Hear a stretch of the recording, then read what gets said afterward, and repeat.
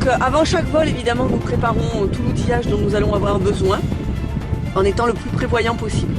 Donc on prévoit du matériel d'escalade pour pouvoir dégager un oiseau en hauteur si jamais il y a un souci qu'il est coincé à quelque part en hauteur et que nous ne pouvons pas y accéder. Donc du matériel d'escalade. Avec ce matériel d'escalade, du petit outillage, des pinces, etc. qui peuvent effectivement nous aider aussi. Donc ça c'est vraiment pour le secours à l'oiseau. Ensuite ce que nous prenons c'est bien entendu les talkie-walkie. Les talkie-walkie permettent aux fauconniers de rester en liaison constante. Donc même si on n'a pas de visu, eh bien à ce moment-là on peut se parler, on peut se tenir au courant de où se trouve un oiseau, une difficulté qu'il peut y avoir, etc. Ensuite le radio-tracking, donc le radio-tracking et les sondes. Donc là ça nous permet effectivement de localiser les oiseaux au cas où ils s'en vont et que nous ne les avons plus à l'œil. Ensuite le matériel que nous avons besoin pour nous en tant que fauconnerie, donc nos fauconnières, nos gants, bien entendu pour l'oiseau, une trousse à pharmacie, une trousse d'urgence, on vous montrera tout à l'heure ce qu'elle contient, la poussinade, puisque quand on fait voler les oiseaux, on a la récompense, et au cas où il fait chaud, un petit vaporisateur, ça c'est surtout pour les très beaux jours. Voilà. Et donc avant de partir faire voler nos oiseaux, nous nous équipons, en priorité de talkie-walkie.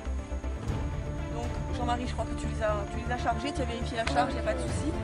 Donc le talkie-walkie, voilà comment se présente-t-il. Nous avons un kit main libre qui nous permet d'être vraiment très autonome.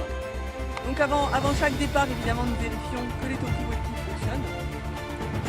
Là, pas de souci, hein, ça fonctionne bien. Donc kit main libre équipé avec des pinces également. Voilà, ça nous permet d'accrocher et d'être vraiment en totale liberté de pouvoir être tranquille. Donc ces talkie-walkie sont allumés dès l'instant où nous partons et bien entendu on les éteint pour suivre la réglementation en vigueur.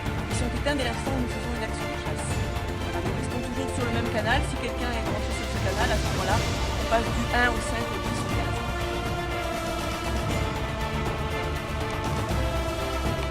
Nous avons ici notre radio trekking qui est donc positionné dans une mallette étanche, anti-choc. Pas de risque pour lui de s'abîmer. Nous avons ici le boîtier radiotrek. Voilà. Les sondes qui sont ici, qui sont vraiment positionnées de manière à ne pas pouvoir les allumer.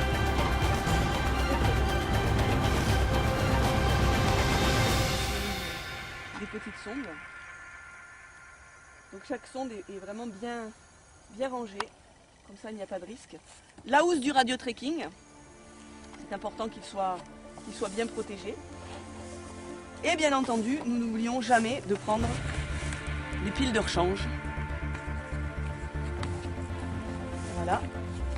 Et nous avons ici notre petit aimant qui nous permet d'allumer chaque sonde individuellement. Nous vous expliquerons donc plus en détail tout à l'heure comment on s'en sert. Donc nous avons toujours avec nous une pharmacie d'urgence. On ne sait jamais ce qui peut se passer avec un oiseau. Il est impératif de pouvoir agir le plus rapidement possible. Donc pour ce faire, de la Pertex. La Pertex est un anticoccidien. Il faut savoir que la coccidiose tue un oiseau en 48 heures si on n'est pas traité. Par conséquent, dès l'instant où on s'aperçoit que l'oiseau a des fientes anormales, des comportements anormaux, qui refuse de se nourrir, anticoccidien. Plus on agit vite, plus on a de chances de survivre. Des compresses stériles, évidemment très important, avec de la bétadine, qui est un désinfectant. Ça c'est en cas de filet. Un gel refroidissant, ça on s'en sert surtout pour les pattes. Quand il y a un souci, sur les pattes, ça soulage très bien. Une pommade ophtalmique, on ne sait jamais, un oiseau se blesse, se prend une petite branchette dans l'œil, quoi que ce soit, de la pommade ophtalmique, des cicatrisants et soulageants. De la bande adhésive, si jamais nous devons nous faire un pansement. Des gants stériles. Plus on aura les mains protégées et moins on aura de risque de transmettre des germes à un oiseau blessé. Donc toujours nos gants stériles. Une couverture de survie qui peut être très utile si l'oiseau est resté branché très longtemps et c'est vraiment beaucoup refroidi. Un bandage triangulaire, ça c'est en cas de fracture. Effectivement, si jamais une fracture se présente, on va pouvoir faire un bandage triangulaire sur l'oiseau. Un coussin hémostatique, ça c'est très important, parce que si l'oiseau vient à se blesser, à se faire une plaie très importante et saigne abondamment, il va pouvoir soulager et arrêter immédiatement les saignements. Donc ça c'est très important. Le coussin hémostatique qui est équipé également de gants stériles. Ainsi qu'une seringue, on ne sait jamais ce qui peut se produire. Un sac aérien qui éclate, il faut le vider. On a tout de suite notre seringue, ça va soulager immédiatement l'oiseau. Voilà, cette trousse nous suit partout dès l'instant où nous sommes avec nos oiseaux. Pour des périodes un peu plus chaudes, un vaporisateur avec une bouteille d'eau, ça va permettre de le rafraîchir, de le soulager, de le faire. Donc le matériel c'est bon. Ça.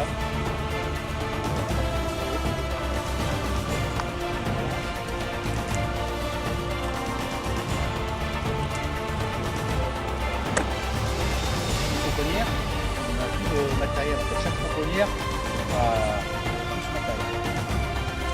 Donc un récipient pour mettre les morceaux entiers, en fait, le coussin entier, et l'heure. Si l'oiseau ne veut pas venir, on s'en sert de coussin d'appel. Un petit compartiment avec des petites bécades qu'on donne tout au long de la balade. Un leurre pour le faucon qui est censé imiter l'oiseau. En fait, ça c'est les deux ailes de l'oiseau. On vient armer ici par exemple.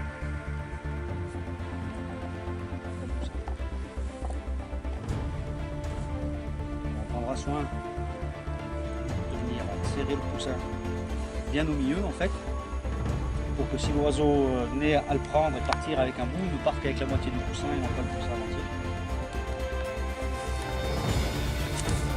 Des ciseaux, si toutefois on a une bécade et qu'on voulait faire un peu, ça peut servir aussi à couper léger si l'oiseau est accroché dans un arbre. Une chemise de contention, si jamais l'oiseau venait à se casser une aile ou à se blesser. Des longs, on part régulièrement tout seul, des fois avec plusieurs oiseaux. Donc si jamais il y avait un problème, on est obligé de sécuriser les oiseaux, les attacher après un arbre. Des longs, léger de rechange, si toutefois regardez. Une longe mongole.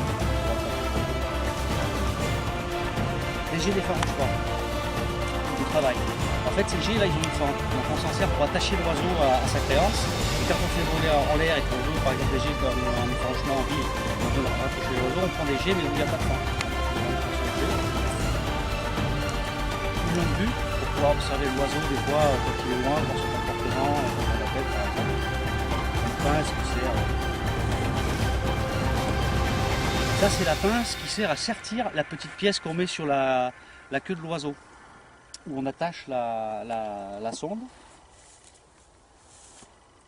l'aimant pour démarrer les sondes, et cet appareil qui sert aussi à démarrer les sondes mais qui est sur pile. Pour la pile était HS, on passe sur l'aimant. Et très important, une lampe de poche si toutefois on rentrait à la nuit. Et puis la réserve de nourriture avec toujours une paille qui nous sert en fait pour si l'oiseau a tapé un pigeon ou quoi, ou qu'on a besoin de le récupérer, on a besoin d'une proie un peu plus grosse pour que ça l'intéresse. Dans le temps, il se servait du vif en fait, il prenait des animaux vivants, et bon, c'est un peu compliqué de transporter une taille vivante sur ce